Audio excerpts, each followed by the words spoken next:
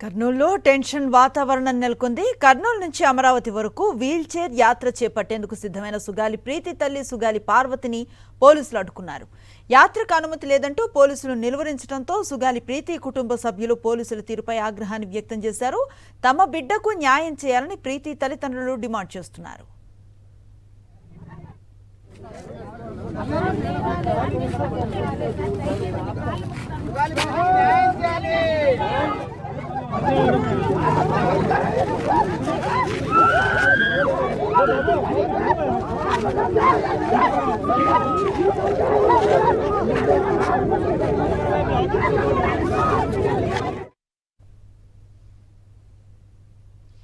సుగాలి ప్రీతి కేసుకు ఇవాల్టితో 9 ఏళ్లు పూర్తయ్యాయి. తమ కుమార్తెను లైంగిక దాడి చేసి హత్య చేశారని ఆరోపిస్తూ 9 ఏళ్లుగా న్యాయం కోసం పోరాడుతున్నారు. పోస్టుమార్టం వైద్య నివేదికల్లో మార్పులు చేశారని అప్పట్లో తల్లిదండ్రులు ఆరోపించగా నిందితులపై పోక్సో, ఎస్సీ, ఎస్టీ అట్రాసిటీతో పాటు 302, 201 సెక్షన్స్ కింద కేసులు నమోదు చేశారు. ప్రీతి మృతిపై అప్పటి జిల్లా కలెక్టర్ 5 సభ్యులతో విచారణ కమిటీని ఏర్పాటు చేశారు. అయితే కమిటీ నివేదిక వచ్చినప్పటికీ తమ కుమార్తెకు ఇప్పటికీ న్యాయం జరగలేదని తల్లిదండ్రులు ఆవేదన వ్యక్తం చేస్తున్నారు.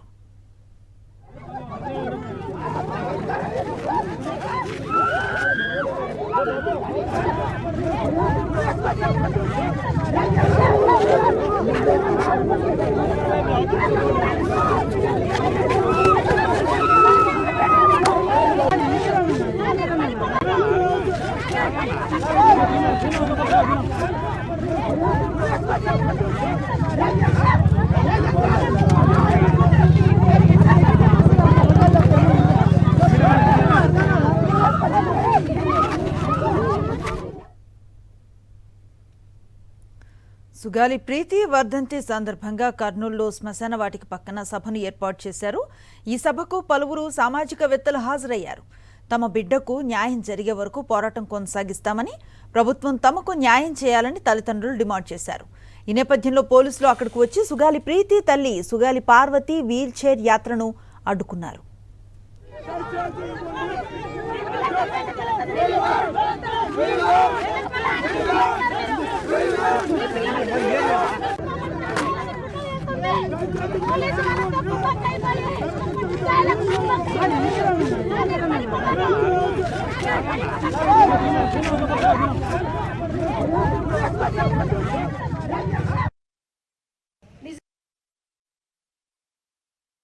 నిజంగా మీరు కూడా యాత్రలు చేశారు.